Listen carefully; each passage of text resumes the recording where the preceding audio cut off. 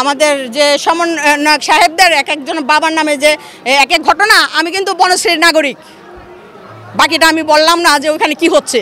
ওরা তো ওদের কাজ হচ্ছে এখন বিভিন্ন মন্ত্রণালয়, তদবির, বাণিজ্য, এইসব বিষয় নিয়ে এরা জড়িত। ওরা কীভাবে জানবে? বাংলাদেশ জাতীয়তাবাদী ছাত্রদল মৃত্যুর উপত্যকায় দাঁড়িয়ে মুক্তির স্লোগান দেওয়ার সংগঠন।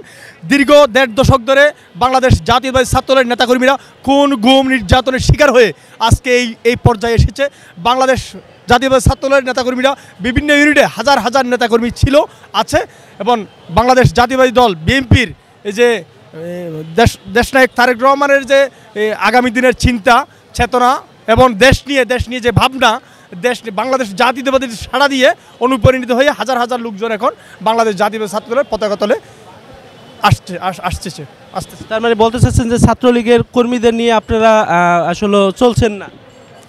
ছাত্রলীগের কর্মীদের বাংলাদেশ জাতীয়তাবাদী ছাত্রদল সেই প্রথম থেকে বলে আসছে, ছাত্রলীগের কোনো দূষর বাংলাদেশ জাতীয়তাবাদী ছাত্রদলের কোনো স্থান নেই। ঠিক আছে, যারা ছাত্রলীগের দূষর তাদেরকে বাংলাদেশ জাতীয় ছাত্রদলে আনার জন্য কোনো চেষ্টা আমরা করিনি এবং তাদেরকে আমরা বাংলাদেশ জাতীয়তাবাদী ছাত্রদলের কোনো জায়গা দিব না। তারেক রহমানের ৩১ দফা দিয়েছে, এটা আসলে কিভাবে দেখছেন বা এটা কতটুকু সঠিকভাবে? দেশনায়ক তারেক রহমান যে ৩১ দফা বাস্তবায়ন করেছে, ৩১ দফা যে প্রণয়ন করেছে সেটার বাস্তবায়ন ইতিমধ্যে আপনারা বিভিন্ন জেলা পর্যায়ে বিভিন্ন জায়গায় আপনারা দেখতে পেয়েছেন যে ৩১ দফার যে অলরেডি মানুষ সাড়া দিয়েছে। সেই যদি বাংলাদেশ জাতীয়তাবাদী দল বিএনপি যদি নির্বাচনের মাধ্যমে যদি ক্ষমতায় আসে, ইনশাল্লাহ ৩১ দফা এটা বাস্তবায়ন হবে, এই আশা প্রত্যাশা করছি। ভালো কিছু করেন, তখন থাকবো। আমি ব্যক্তিগত মনে কথা দিচ্ছি, তখন আমিও আপনাদের সাথে থাকবো, কাঁধে কাঁধে মিলে রাজপথে থাকবো। যদি কোনো একটা প্রকল্প বাস্তবায়ন করার জন্য না আপনাকে দিনমজুরি আমাকে গিয়ে যদি লেবারের মতো কাজ করতে, আমি তাও করতে পারবো। আমি এতে লজ্জিত হব না, কারণ আমি ঐক্যে বিশ্বাসী। কিন্তু আপনারা কি বুঝতে পারতেছেন যে আপনাদের গাড়ি ভর করে বা কোনো একটা শক্তি, কোনো একটা মাধ্যম আপনাদেরকে হয়তো মোটিভেট করতেছে অন্যভাবে? এতে লাভবান কারা হচ্ছে? আর আরেকটা বিষয় আমি খুব তাজ্জব হয়ে যাই, কোথাও কোনো ঘটনা ঘটলে করে কি এই মানে একটা দল মনে করে বলবে শিবির কি, সে একটা ছাত্র সংগঠন। তো আপনারা মানে একটু একটা ঝড় তুলে দেয়, শিবিরে এটা করছে, তারপরে কিছু মানে ফেসবুকে স্ট্যাটাসের নিচে এসে এমনভাবে কমেন্টস করা শুরু করবে, উল্টাপাল্টা বাজে কমেন্টস, এবং তাদের প্রত্যেকের আইডিতে যদি ঢুকেন আপনি বাধ্য হবেন বিশ্বাস করতে যে হ্যাঁ এটা জামাতের আইডি। তারা কেন তাদের পায়ে কোড়াল দিচ্ছে? প্রতিবাদের ভাষা কি এটা হওয়া উচিত যে আমার পোস্টে এসে আমাকে ধমক দিবে, হুমকি দিবে, এদেশে আমাকে থাকতে দিবে না, আমাকে মেরে ফেলবে, কেটে ফেলবে, আমার পরিবার উদ্ধারণী করে নিয়ে যাবে? প্রতিবাদ করলে সে তার ফেসবুক যেহেতু একটা আইডি আছে, কমেন্টস করতে পারছে, সেখান থেকে সে প্রতিবাদ করে যে না আমি এটা করি নাই। আমি গর্ব করে যদি বলি আমি ছাত্রদল করি, সেখানে গর্ব করে বলবেন আমি শিবির করি, আমি ছাত্র শিবিরের সংগঠনের নেতা বা কর্মী। এটা গর্ব করা উচিত। রাজনীতি তো ব্যক্তির জন্য না যে আমার ব্যক্তির জন্য লুকায় লুকায় করবো। রাজনীতি দেশের জন্য, জনগণের জন্য, সেটা কিন্তু প্রকাশ্যে হয়, গোপনে হয় না। কেন গোপনে হবে? হ্যাঁ, আমি এটাকেও মানি যে আমাদের বিগত সময়ে যে সিচুয়েশন আমরা পার করে আসছি 16 বছরে, সেই সময়টা আসলে ছিল না যে প্রকাশ্যে তারা আসবে। কিন্তু এখন তো কোনো সমস্যা নাই, এখন তো কোনো সমস্যা নেই এবং তারা আস্তে আস্তে আসতেছে। আমি আশা করি সব জায়গা থেকে তারা বের হয়ে আসবে, তাদেরকে স্বাগতম। কেন তাদের সাথে আমরা দ্বন্দ্ব রাখি? তারা কি দেশের নাগরিক না?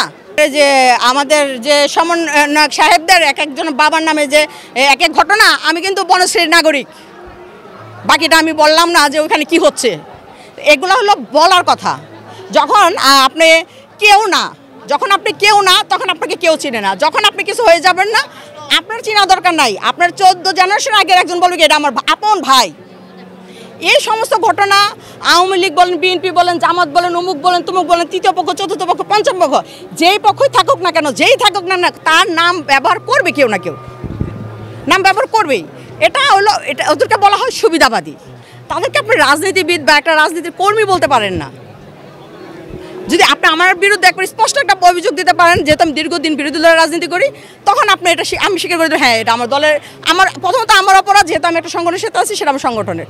কিন্তু হুট করে এসে একজন একটা ঘটনা ঘটাই ফেলছে, সেটা ছাত্রদলই করছে বা অমুক দলই করছে, এটা বলা যাবে না। ধন্যবাদ।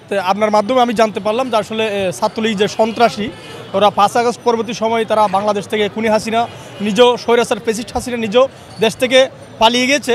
আর ছাত্রলীগের যে সন্ত্রাসীরা দেশের বাইরে থেকে যে ফেসবুকে আপনার এটা প্রেস রিলিজের মাধ্যমে যেটা তারা আপনার হরতালের কথা বলছেন, আমি আপনার মাধ্যমে জানতে পারলাম আর কি। কি হরতাল বা অবরোধ এই ধরনের নাশকতা যদি করতে চায় তারা কি সফল করতে পারবে কিনা আগামী দিনগুলো? বাংলাদেশে তারা অলরেডি দীর্ঘ ১.৫ দশক বাংলাদেশের মানুষের উপর যেভাবে নির্যাতন নিপীড়ন চালিয়েছে, তারা দেশের এটা আওয়ামী লীগ বাংলাদেশের রাজনীতি করবে নাকি করবে না সেটা বাংলাদেশ সাধারণ মানুষ সিদ্ধান্ত দিবে। ঠিক আছে, অলরেডি তারা ৫ আগস্ট যে সময়টা অলরেডি জনগণ তাদেরকে বুঝিয়ে দিয়েছে যে বাংলাদেশের মাটিতে আওয়ামী ফ্যাসিস্ট সরকার বাংলাদেশে রাজনীতি করতে পারবে না। হচ্ছে বিভিন্ন যে আপনার বিভিন্ন সংগঠনের ব্যানারে গিয়ে তারা চাচ্ছে যে একটা দেশের মধ্যে অস্থিতিশীল পরিবেশ তৈরি করার চেষ্টা করছে। আমি বাংলাদেশ জাতীয়তাবাদী ছাত্রদলের একজন কর্মী হিসেবে বলে দিতে চাই, বাংলাদেশ জাতীয়তাবাদী ছাত্রদলের প্রত্যেকটা নেতাকর্মী এবং প্রত্যেক বিশ্ববিদ্যালয় এবং স্কুল কলেজের শিক্ষার্থীরা, সচেতন শিক্ষার্থীরা সজাগ এবং সচেতন রয়েছে।